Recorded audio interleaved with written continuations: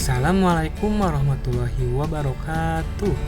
Kami dari kelompok media pembelajaran digital pendidikan fisika Universitas Siliwangi yang beranggotakan Al-Mukafi Ahmad Jawalul Ilmi dan Kamariski Hidayatullah.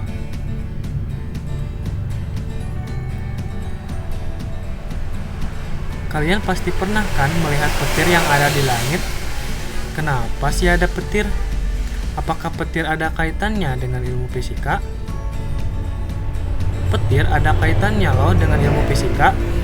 Petir merupakan gejala kelistrikan, yaitu listrik statis. Kenapa sih petir bisa terjadi? Petir terjadi karena elektron yang ada pada bagian bawah awan tertarik oleh proton yang ada di daratan. Kalian masih ingat kan perbedaan proton dan elektron? Mengapa bisa tarik-menarik? Apakah ada hubungannya dengan konsep muatan listrik?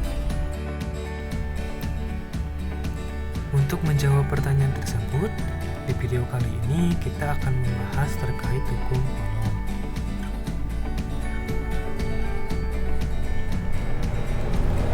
Dalam muatan listrik, kita ketahui bahwa terdapat muatan listrik positif yang disebut proton dan muatan listrik negatif yang disebut elektron. Jika dua buah muatan sejenis didekatkan, muatan akan tolak-menolak, dan jika muatan tidak sejenis didekatkan, maka akan tarik-menarik. Itulah alasan kenapa proton dan elektron bisa tarik-menarik.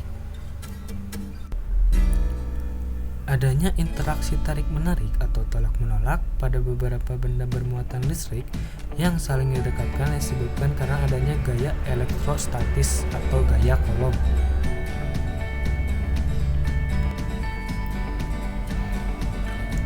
Besarnya gaya elektrostatis ini pernah diamati oleh Charles Augustin de Coulomb pada percobaannya menggunakan raca puntir. Ia berhasil menyelidiki hubungan antara gaya elektrostatis dengan muatan dan jarak masing-masing benda bermuatan. Coulomb menyimpulkan bahwa gaya elektrostatis dua muatan listrik Q1 dan Q2 berbanding lurus dengan besar masing-masing muatan dan berbanding terbalik dengan kuadrat jarak antara kedua muatan. Kesimpulan ini yang dikenal dengan hukum Coulomb. Nah, untuk lebih jelasnya mengenai hukum Coulomb, mari kita bahas. Seperti yang sudah kita ketahui, Coulomb menggunakan alat bernama neraca puntir untuk percobaannya. Nah, dalam percobaan Coulomb, mulai mengotak-atik dan mengecek interaksi dari dua benda bermuatan. Dari sana, dia tahu kalau ada karakteristik tertentu dari benda-benda yang bermuatan. Kalau muatannya sejenis, benda ini akan mengalami gaya tolak-menolak. Sementara kalau muatannya beda jenis, gaya yang timbul tarik-menarik. Nah, ini seperti apa, ayo? Yap, betul, seperti sifat dari sebuah magnet. Tidak hanya sifat dari gaya yang muncul, Coulomb juga mencoba mengubah variabel-variabel yang ada. Dia pengen tahu gimana sih cara menghitung gayanya. Nah, yang pertama, dari dua benda tadi, dia mengubah besar kecilnya muatan di salah satu benda dengan menambah muatan atau menguranginya dengan mengalirkan ke bumi, sambil mengecek perubahan gaya yang terjadi. Lebih lanjutnya seperti pada percobaan berikut. Terdapat dua muatan listrik yaitu Q1 dan Q2. Pada percobaan pertama, dia mencoba menaikkan muatan Q1 sehingga Q1 membesar, sedangkan Q2 tetap. Dari sini gaya yang dihasilkan menjadi lebih besar. Pada percobaan kedua, muatan Q1 diperkecil dan Q2 tetap. Gaya yang dihasilkannya menjadi lebih kecil. Pada percobaan ketiga, muatan Q1 tetap dan Q2 diperbesar, sehingga gaya yang dihasilkannya menjadi lebih besar. Dan pada percobaan terakhir, yaitu percobaan keempat, muatan Q1 tetap dan Q2 diperkecil, sehingga gaya yang dihasilkan menjadi lebih kecil. Nah, dari percobaan tersebut, ternyata gaya sebanding dengan perubahan muatan kedua benda. Maka dia mendapatkan hasil sementara yaitu F sebanding dengan Q1 dan Q2.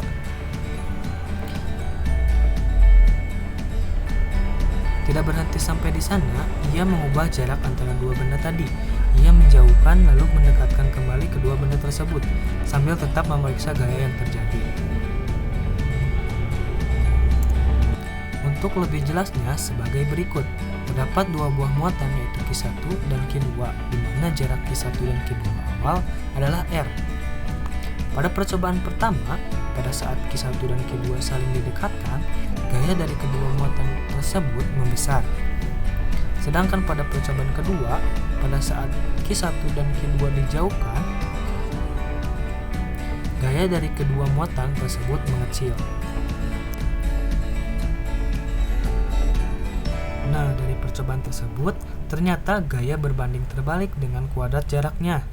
Semakin jauh jarak dua benda tadi, gaya yang dihasilkan akan semakin mengecil sebesar pangkat 2. Dia pun dapat hipotesis lanjutan yaitu F sebanding dengan 1/R².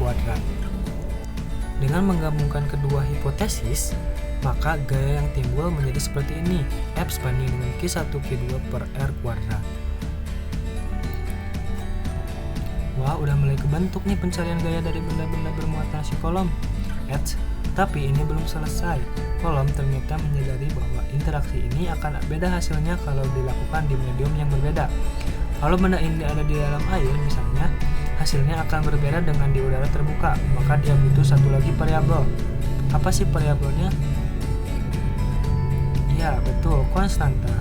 Berhubung kita kemungkinan besar membuat percobaan atau menghitung gaya dua benda bermuatan ini di udara terbuka atau ruang hampa, sehingga konstantanya jadi 9 kali 10⁻⁹ nm kuadrat per c kuadrat. Sehingga kesimpulan hukum kolom adalah sebagai berikut. Ada gaya yang timbul dari interaksi benda-benda bermuatan listrik, dimana jika kita lihat dalam kesamaan matematis, F sama dengan K dikalikan Q1 Q2/R², dimana untuk keterangannya sebagai berikut. Nah, jadi berikut asal muasal rumus yang ditemukan kolom. Coba ada yang tahu gak cara ngapain rumus yang cepat dari rumus tadi?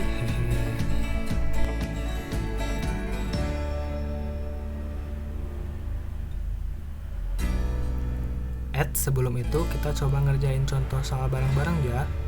Let's go. Nah, untuk contoh soalnya yaitu jika ada dua benda bermuatan dengan Q1 sama dengan 4 kali 10⁻⁻⁶ kolom dan Q2 sama dengan 6 kali 10⁻⁻⁶ kolom dengan jarak 2 cm, berapakah gaya kolom yang terdapat di antara dua benda tersebut? Nah, untuk jawabannya kalian dapat lihat seperti ini ya.